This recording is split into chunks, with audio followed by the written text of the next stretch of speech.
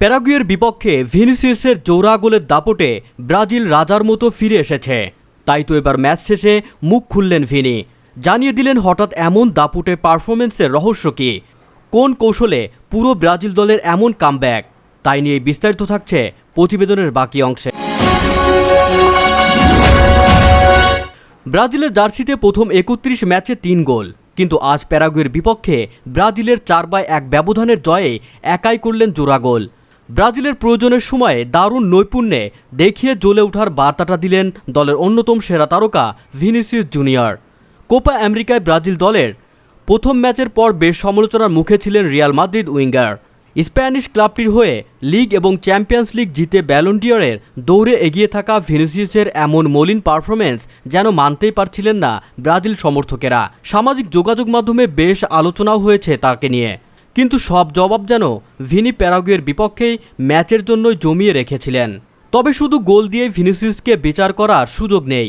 Match জুড়ে যখনই ভিনিসিয়াসের পায়ে বল, তখনই দারুণ কিছু হওয়ার সম্ভাবনা তৈরি হয়েছে।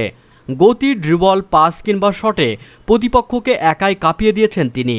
ড্রিবল করতে গিয়ে কিংবা গতির ঝড় তুলতে গিয়ে সব সময় যে সফল হয়েছেন তা নয়, কিন্তু সব মিলিয়ে আজ প্যারাগুয়ের জন্য আতঙ্ক হয়েছিলেন এই রিয়াল মাদ্রিদ উইঙ্গার। নেভাদায় ম্যাচের 10 মিনিটের মধ্যেই নিজের লক্ষ্য স্পষ্ট করেন ভিনি। পরপর 2 আক্রমণে বাঁ প্রান্তে আগুন ঝরিয়ে বুঝিয়ে দেন আজ আক্রমণই শেষ কথা। আগের ম্যাচে একটি শটও নিতে না পারা এই উইঙ্গার আজ নিয়েছেন 3টা শট। শটের যথাযথ ছিল 67%। ড্রিবল করতে গিয়ে 7 বার পেয়েছেন সফলতা। এর মধ্যে কিছু কিছু ছিল রীতিমতো জাদুকরি। কোস্টারিকার বিপক্ষে প্রথম ম্যাচে ভিনির এমন পারফরমেন্সের অভাবটাই ভুগিয়েছিল ব্রাজিলকে। আজ যা পুরোপুরি পুষিয়ে দিলেন। ম্যাচ শেষে নিজের পারফরমেন্স নিয়েও কথা বললেন ভিনি। নিজের জন্য খেলেন না জানিয়ে এই ব্রাজিল তারকা বলেছেন, একটা কথা সবসময় বলি, আমি কখনো নিজের জন্য খেলি না, আমি খেলি দলের জন্য, ব্রাজিলের জন্য, দেশের জন্য। আমি নিজের সেরাটা দেওয়ার চেষ্টা করি। সবসময় সেটা সম্ভব হয় না। আজ দারুণ একটি ম্যাচ খেলেছি। আমি যে স্তরের খেলোয়াড় এটা জানি যে জাতীয় দলকে সহায়তা করতে আমাকে উন্নতি করতেই হবে। এই দল ব্রাজিলকে তার যোগ্য স্থানে নিয়ে যেতে চায়। ম্যাচে নেইমারের মতো উদযাপন করেও আলোচনায় এসেছেন ভিনিসিয়াস জুনিয়র।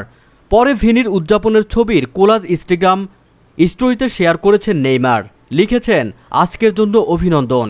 এর আগে প্রথম ম্যাচে ভিনিসিয়াসদের ব্যর্থতায় হতাশ হওয়ার কথা বলেছিলেন নেইমার। আজ গ্যালারিতে ভিনির গোলের পর নেইমারের উদযাপনই বলে দিচ্ছিল তার বদলে যাওয়া অনুভূতির কথা। অবশ্য কোস্টারিকার বিপক্ষে গোলশূন্য ড্রয়ে কোপা আমেরিকা মিশন শুরু করেছিল ব্রাজিল।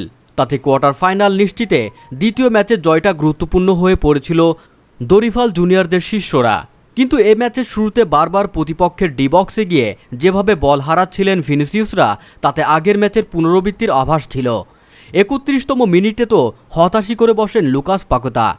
বক্সে প্যারাগুয়ের ডিফেন্ডারের হাতে লাগা সুবাদে পাওয়া পেনাল্টি নিতে গিয়ে বারের বাইরে শট নেন তিনি। কিন্তু আজ ব্রাজিলের আসল চেহারা দেখল ব্রাজিল ভক্তরা। বন্ধুরা, ভিডিওতে আপনার কোনো মন্তব্য থাকলে নিচে কমেন্ট বক্সে লিখে পাঠান। ভিডিওটি দেখার জন্য ধন্যবাদ।